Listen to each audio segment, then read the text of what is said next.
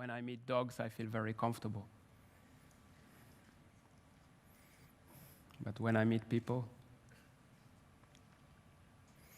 like my whole body is kind of sweaty and shaken.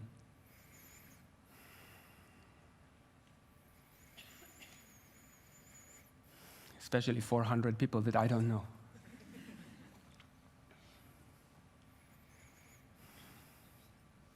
And I also like this nervousness because it shows me why I'm here. You know, I really care about what you think about me. Very often people tell me, you know, Yoram, you shouldn't care about what people think about you, but that's not my case.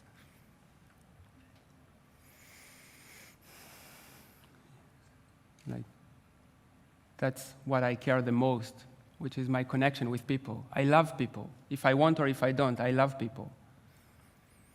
And there is one more thing that I love, which is honesty. You know, like moment by moment to reveal what is going on in me. And I can tell you, I was not trained in that. I was trained to hide many parts of myself. For example, 15 years ago, I was in a party with friends. And, you know, I was bored, as usual. Because whenever people ask me, hey, Yoram, how are you? I would say, well, I'm good, I'm fine. Which is far from reality. And good, in my definition, is gloomy, overworked, overwhelmed, and definitely not trusting that you would appreciate it if I would say it.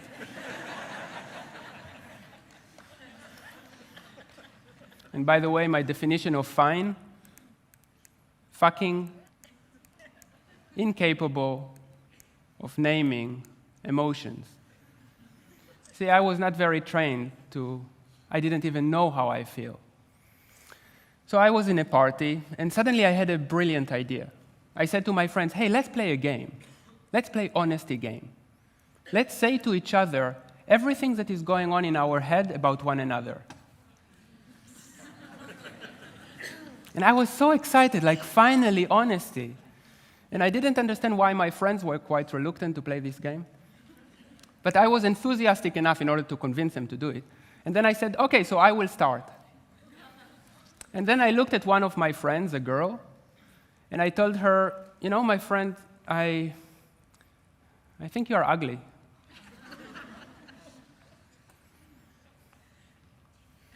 That was the end of the dinner.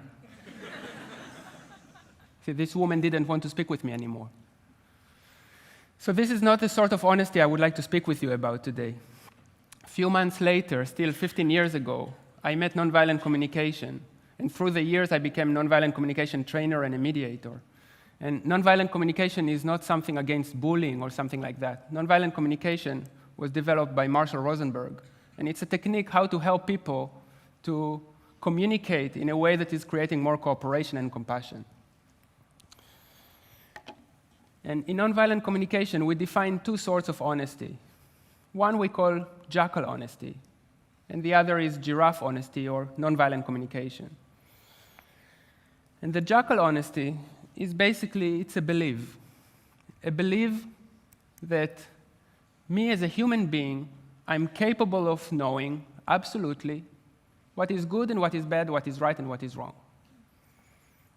And if there is one thing that I learned in the 40 years I'm on the planet, is that I don't know. I don't even know for myself what is good for myself for the long term. And at the same time, whenever people behave in ways that I don't like, in the speed of light, I'm thinking in these terms. I'm thinking in terms of what's wrong with them. So for example, if a friend of mine is speaking more words than what I enjoy, did it ever happen to you that people speak more words than what you enjoy? So how do you judge them? In your head, of course, you will not tell it to them because we all learn to become nice, dead, polite people. But in your head, there is a jackal party going on. So for example, you know, like, oh my God, he speaks so much. He's boring, he's abusive, and he really thinks he's the center of the world, huh? And it's the same thing if my friend is speaking less words than what I enjoy. Also then, my jackal thinking is very helpful in order to describe what's going on. Then I just give him a different name. Autist. He has communication problem. He is emotionally blocked, and he needs to see a psychologist in order to learn how to open up. So whenever people behave in ways that are not meeting my needs, in the speed of light, I'm thinking in terms of what's wrong with them. And I would say that I would consider this language as a complete lie. Or in other words, tragic description of reality. Like it's not describing what is really going on. So for example, let's imagine that there is a book here. And both you and me read this book. And you say, wow, this book is really interesting. And I say, no, this book is really boring. What happened? Like, listen to the language we speak. You say, the book is interesting, and I say, no, the book is boring. What happened to the book? The book kind of entered into an existential question. What am I? Am I boring? Am I interesting? And I would say the book is not boring and the book is not interesting. The book is just a book. And at the same time, when I say the book is boring, I'm trying to describe a certain experience I'm having. So if I will describe it in giraffe, it might sound like that in the dialogue with you. So for example, when you tell me now that you think that the book is interesting, I'm surprised because I didn't find it, and I'm curious, can you show me what is it that you find interesting in it?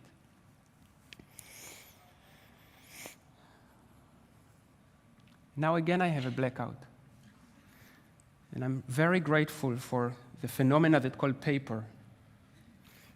It's relatively easy when it is about books. So it's become more complicated when it is about people. If I will tell you, for example, you are boring, or you are stupid, or as I said to my friend, you are ugly. So what is it that I meant when I said to my friend, you are ugly? What was the experience I was trying to describe? So actually, it took me quite some time to realize what I meant with that. And it was actually something about her mouth.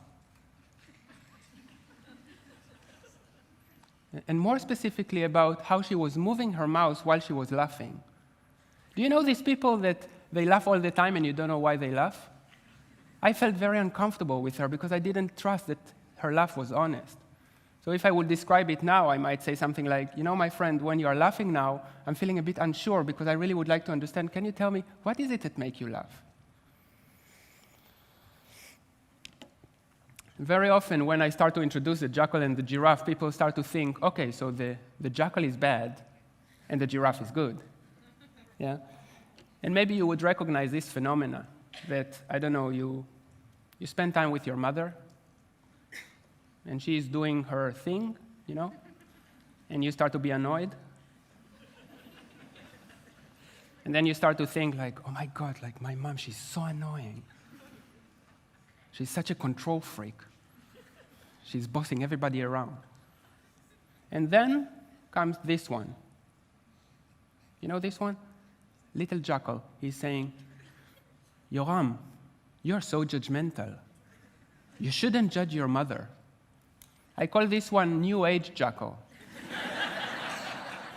Yeah, like judging the judgment, thinking that judging is bad. If I think that judging is bad, I'm falling even deeper into the paradigm of the jackal.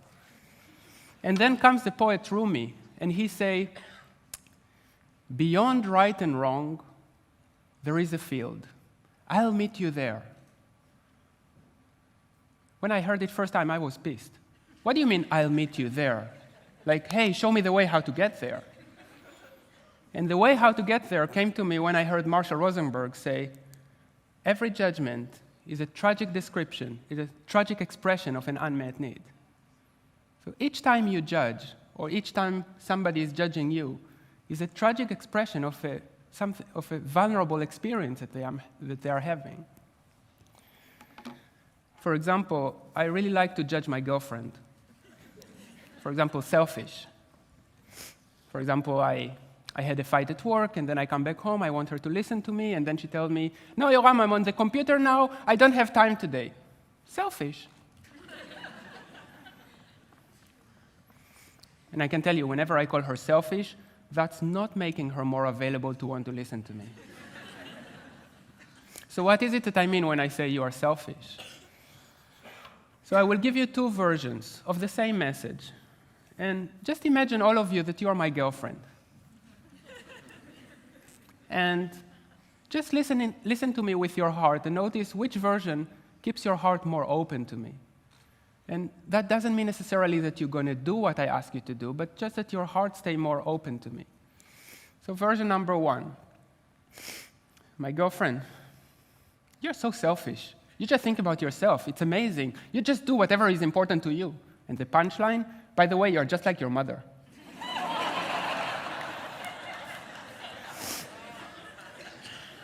And version number 2, the same message exactly. My dear girlfriend, today I had a fight at work and I'm feeling very sad about it and I really need some help. I wonder, are you available to listen to me today for, let's say, 15 minutes? And by the way, say yes only if you really enjoy to do that. Otherwise, I have other people who can listen to me. So maybe some of you start to wonder what that has to do with TEDx education. So in my understanding, schools are there in order to prepare people for life. And in my belief, communication is the most important basic life skill that will serve you in whatever you will do. For example, if you get a job, you mainly work with people. Or if you want to make a family, you even create little people. And then you need to learn how to deal with these little people. And even if you are alone, communication is how you speak with yourself all day long in your head. I remember when I was at school, I had a geography teacher, and he was a very well-jackal educated human being. And he gave me a task. He told me, Yoram, write an essay about Bucharest, the capital of Romania. Now, I was 10 years old. In those early days of my life, I was not particularly interested in Bucharest. So instead, I was practicing music bits. You see, my brother was teaching me that, and I was vigorously practicing it. And then the teacher came to me, and he told me, Yoram, you are lazy. You should start to learn how to take yourself more seriously. Now, that was a very confusing message to me, because I took myself very seriously. See, and actually I was learning a life skill that served me later very much when I became a professional dancer and a choreographer, and having a sense of rhythm in my body was serving me definitely more than knowing anything about Bucharest. And actually, I feel sad for the guy. If you call yourself a teacher and you think that your job is to be a policeman, I would consider this job as hell. And I believe he would have more fun if he would speak to me this language. For example, if he would say something like, Yoram, seeing how passionate you are about practicing these music bits, I'm feeling excited because I really would like to support you in it. Hey, how about going on Google and searching for some, cool Romanian beats? In the coming July, together with a group of people, we are about to open the first giraffe school in Amsterdam for children aged 0 till 21. Thank you very much.